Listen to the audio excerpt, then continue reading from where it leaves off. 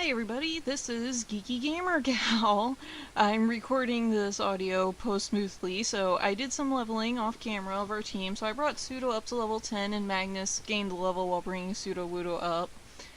And yeah, as I said in episode 8, this cave here, Slowpoke Well, I really got screwed over on my encounter because there's Electabuzz and Entei in here.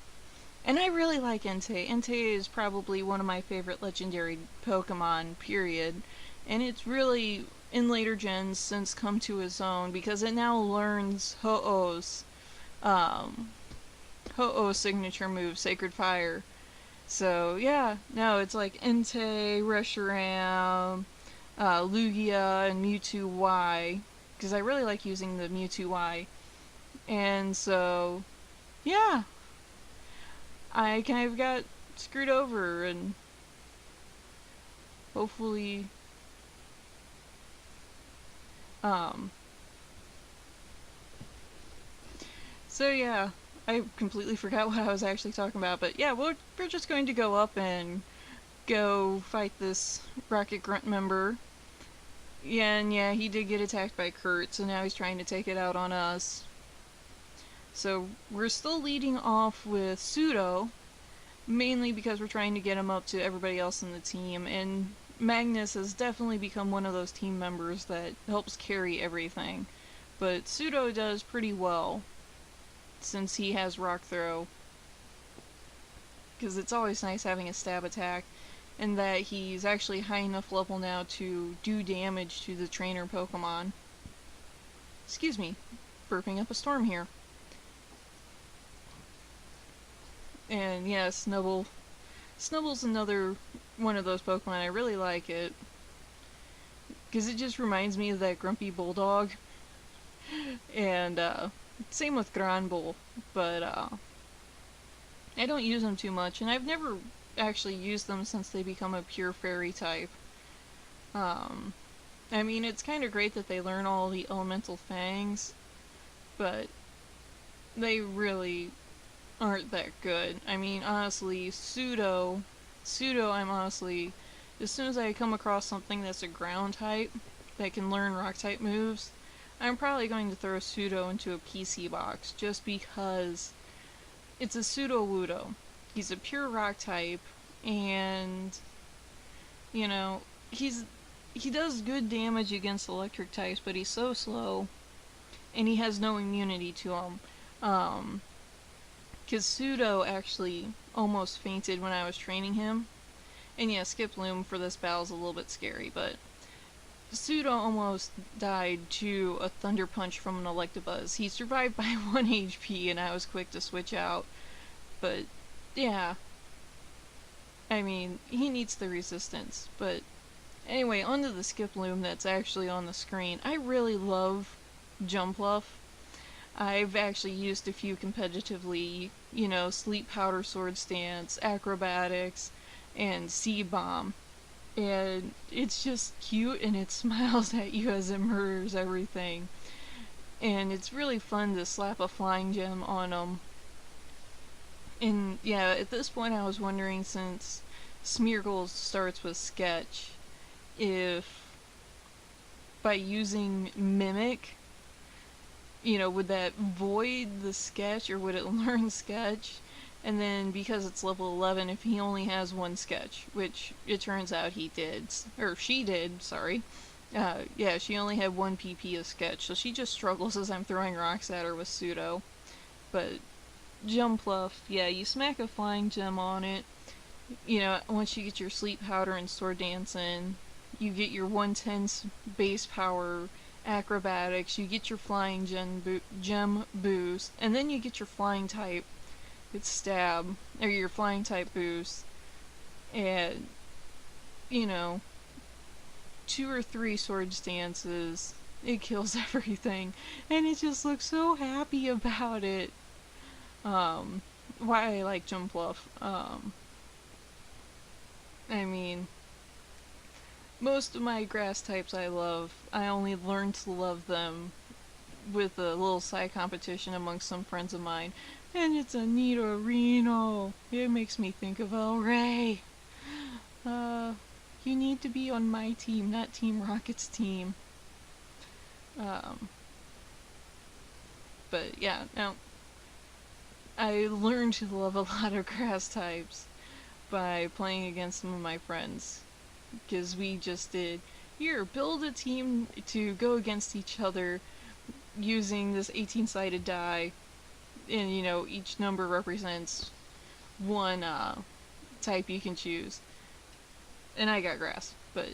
And yeah, here's a Quagsire. I really like Quagsire. He doesn't get as much love as I think he really deserves from the other water ground types. He gets really overshadowed by, like, Swampert, and Wishcash is kind of fun, and people seem to like Seismitoad, but I really just like Quagsire, because it just looks happy. You know, kind of slow, but happy. And I was concerned about Magnus here, but Magnus is the Bamf of our team. He's literally the carrying member of our team, which makes the nickname of Magnus, in reference to Transformers Ultra Magnus, all the more appropriate. Because Ultra Magnus is the one who carried the Wreckers. So, and yeah, I used the berry on Pseudo just because he was a little low. And we are going up against, as I kept wanting to call him Petrel, but it's Proton. As they, in the remakes, gave him the official name of Petrel. He's one of the admins, instead of just a grunt, but he dresses like a grunt. And the irony is he has a Cubone. Because it was either Proton or Petrel that makes the references to the Pokemon Tower in red. So, kind of fun with that one. And yes, Sir, I was really trying to get him up to level 16, because once Sir reaches level 16, Sir actually becomes useful, because he learns Water Gun, and you know, at that point he actually gains his stab move. It makes the reason why we have a water type on the team, you know, actually have a purpose. But Magnus is a really good fallback while we're waiting on Sir to get his type specific move.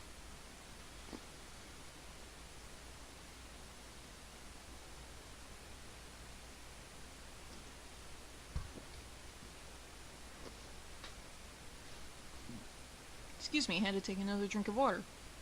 No, technically 7-Up, but eh. I mean, if 7-Up wanted to pay me, I'd drink more. Or, you know, Dr. Pepper. I drink a lot of Dr. Pepper, but if Dr. Pepper would pay me, I would definitely drink a lot more. And make a lot more references to Dr. Pepper. So yeah, Kurt checks up on all the Slowpokes, comes talk to me, go back to his house, and he's going to give me a lure ball. Yep, he's going to make me some balls now. But he's going to give me a lure ball to start with. And I should have a white apricorn still in my bag, so he can also make me a fastball, but I wouldn't be able to claim it until tomorrow. Or, you know, the next time I remember I'm in Azalea and can claim the Pokeballs he makes. But yeah, at this point, I'm just going to heal up my team, spend some of my money I got, and we'll go take on the gym. And that'll probably be the end of this episode. Or, the end of this episode. And we'll go fight Bugsy. And this is a little weird recording this, because I mentioned in episode 8, and at the beginning of this episode, I actually recorded the video but clicked the wrong button and never recorded audio and didn't realize till I saved. And I started recording the next episode, so yeah, bring my potion count up to 10, buy as many super potions as I can get, but I should get my 5 Pokeballs, because we'll be getting into a point where we can catch more Pokemon. Because we have the Ilex Forest and then Route 34. And I have more stuff I can sell. And I really should have kept the Repel. You'll seeing episode 8, but yeah, I should have kept it. um, but it was nice having that one more, or that little bit more money for when I came out, because that enabled me to buy a lot of stuff I needed. But yeah, give Magnus the miracle seed, so that makes his Razor's Leaf just a little bit better.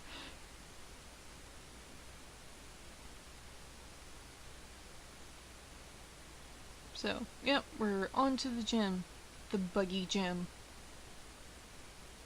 And, yep, so now we're challenging the twins, Amy and May. And of course this is back before double battle, so they throw it out one at a time. Despite there being 2 trainers on the spike, they're like conjoined at the feet and hands. So they count as 1. But yeah, the muck, I mean, I don't use muck often. I have my shiny one that I have yet to test. I've seen variants used online and in other sources for like in the Battle Tree and Sun and Moon, on the Alolan version. And it really is tanky but slow. I actually took my Alolan one and managed to get an ability capsule so I could switch it from Gluttony to Poison Touch. And it's rocking Crunch, Gunk Shot, Stone Edge, and I think I threw Protect on the last slot, and it's holding a wide lens. And pretty much the main reason it has Protect is just in case if I switch in or am trying to, you know, get out of something that may have Earthquake. I mean, quite honestly, Sun and Moon is the one game where I'm really starting to appreciate using Protect. And another Nidorino as Pseudo came up to level 13.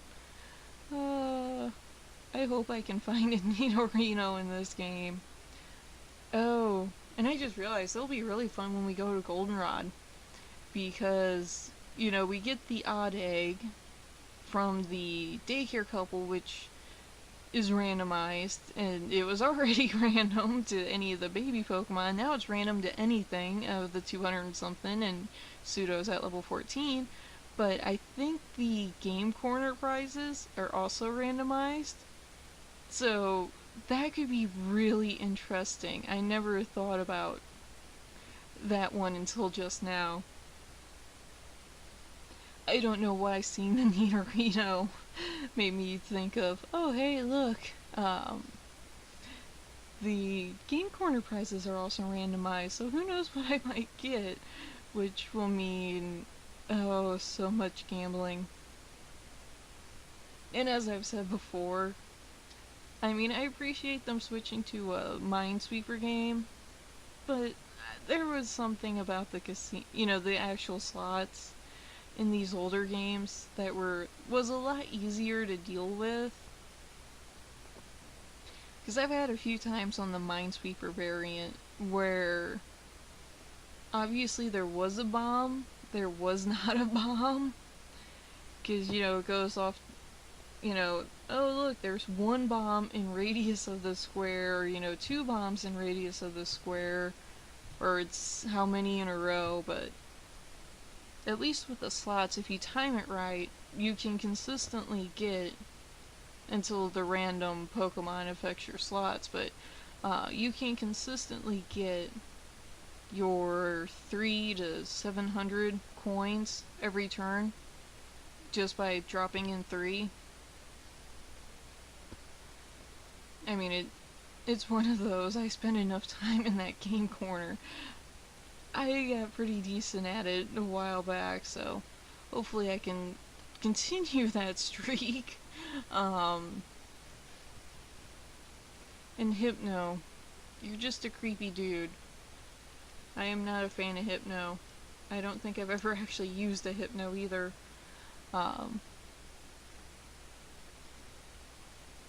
But, you know, with our red game, we'll have on the team for as long as he's able, but Hypno is just creepy.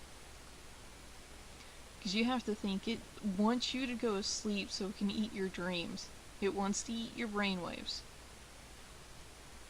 And so you can just picture it just sitting there, looking at you all night long, maybe polishing its little pendulum. Like, dream, I am hungry. And you know, when it's not going after, oh, and yeah, disabled tackle, which is the only attacking move Sir has. So it's like, switch in, tag, you're it, go for it, Kitsune. But you have to think, Hypno is just sitting there staring at you, waiting to fall asleep to use you as its own personal buffet. And the potential that if you're not the first to fall asleep, it might be doing it with your other Pokemon, you know, fall asleep, nom, nom, nom, your dreams are tasty. And yeah, there's another guy, that's the guy right up in the middle, but I should heal up before I go too much further. But yeah, just to remind you, I'm recording this commentary post-smoothly, or, you know, after recording the episode because I hit the wrong button. So when you see the screen freeze, it's because I thought that I wasn't recording and I didn't look at it well. So, yeah, I never caught the fact that I was not actually recording the audio for this episode, my lovely commentary, so you're getting the commentary after the fact. Yeah, so fighting another bug catcher in the bug gym, which is really not a bug gym because, yeah, it's randomized, and he's sending out a Cleffa. He's so cute, but you're gone. Sir will have his fun with you.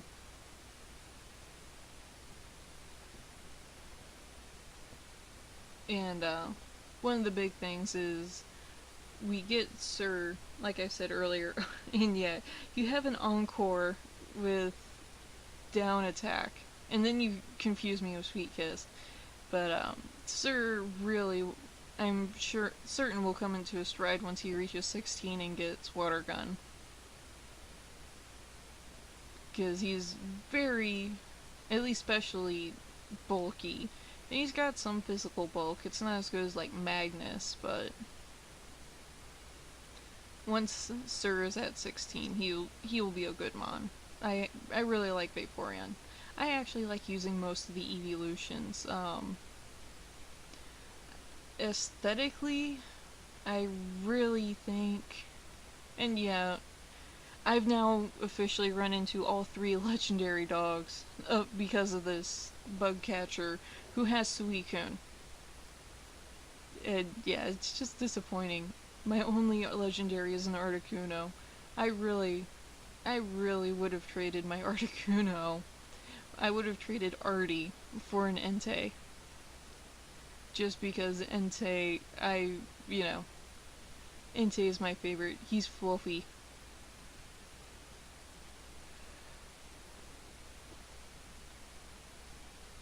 And a Togepi. So yeah, we'll just let Sir handle it so Sir can get his level out of it. And it's kind of one of those moments where I realize, oh crap, you have Metronome. But I forgot what I was talking about. Yeah, I really hope to get into like the Deadpool game. I have several consoles. I mean, if I really wanted to, I could go all the way back to the Pong, but I don't think you guys would like watch me play Pong and talk about it, or get to the point where I can play against somebody on Pong. That and the fact that I'd have to dig around to find it, but pretty much Sega. Yeah, we've got the Sega Genesis with the Sega CD. Got the GameCube, got the N64, got the PlayStation 1, 2, and 3. Have a Wii, have a 360. I still have to figure out what cord I would need, but I can hook up, when I find the right cord, I can also hook up my DS and my 3DS.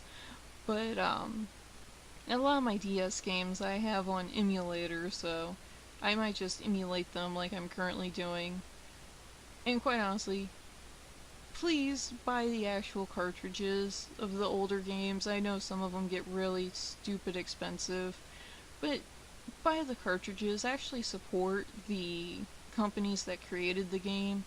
The only reason I'm using an emulator for these is because they're randomized, and while I have the actual, silver, gold, and crystal cartridges, I replaced the battery in them myself, but I don't want to lose where I'm at on my current save game since I've replaced my batteries.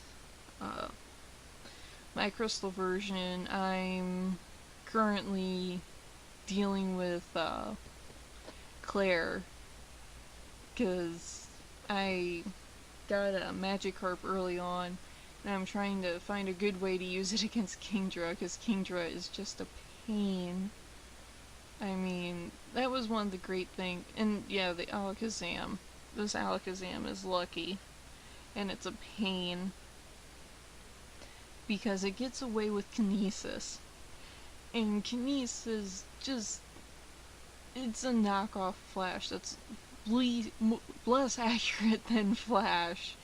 I mean, it only has a 80% chance of hitting, but because it has such an astronomical speed compared to everything on my team, it just keeps getting away with it.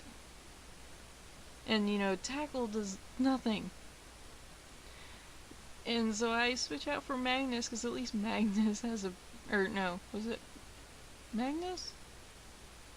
I think it was Magnus. Yeah. Nope, I switched in for Artie.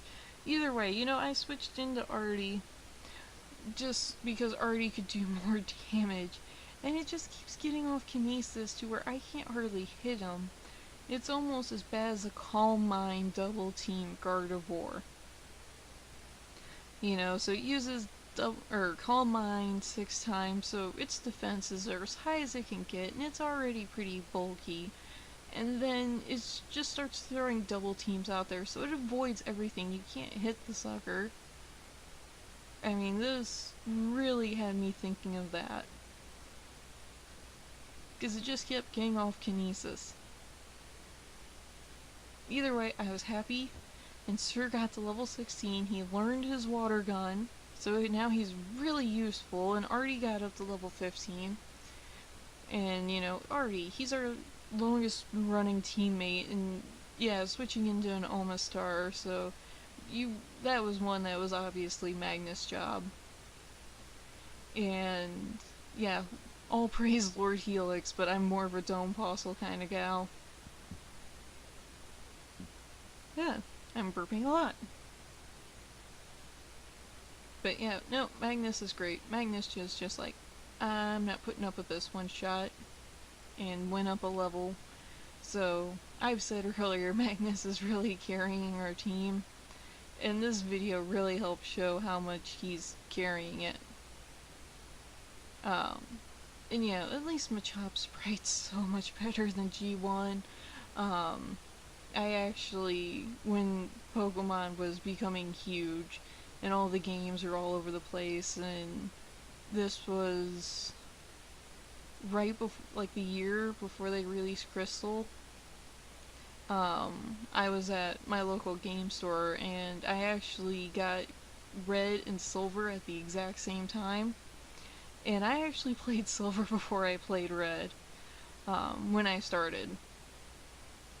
All my Pokemon playing that's lasted me for a long time, and it's actually the one video games that I can honestly spend more than 40 hours in the game before I spend more than 40 hours before I even get everything in the game.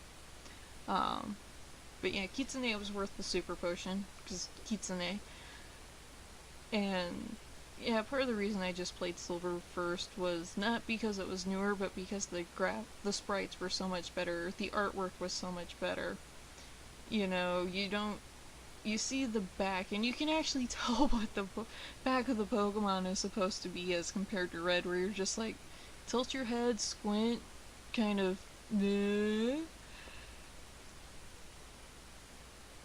oh. But yeah, Magnus carrying the team, destroying everything. is our highest level, and now we have the bug badge. And he gives us a pretty decent amount of money. So we have the hive. We are one of the hive. And yeah, level 30, we get to use cut. And I really could not remember 49 when I was recording this, or what TM49 was.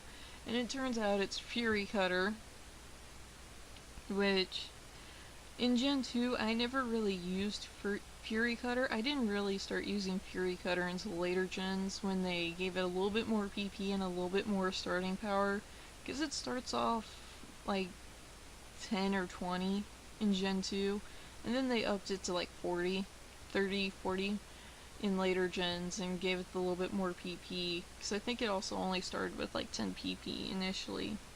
And so when you get your metronome item, it just really made that a good move. The only mon actually where I really used Fury Cutter consistently is Cricketune in my platinum games, on my platinum game, and you know, whenever I'd restart it.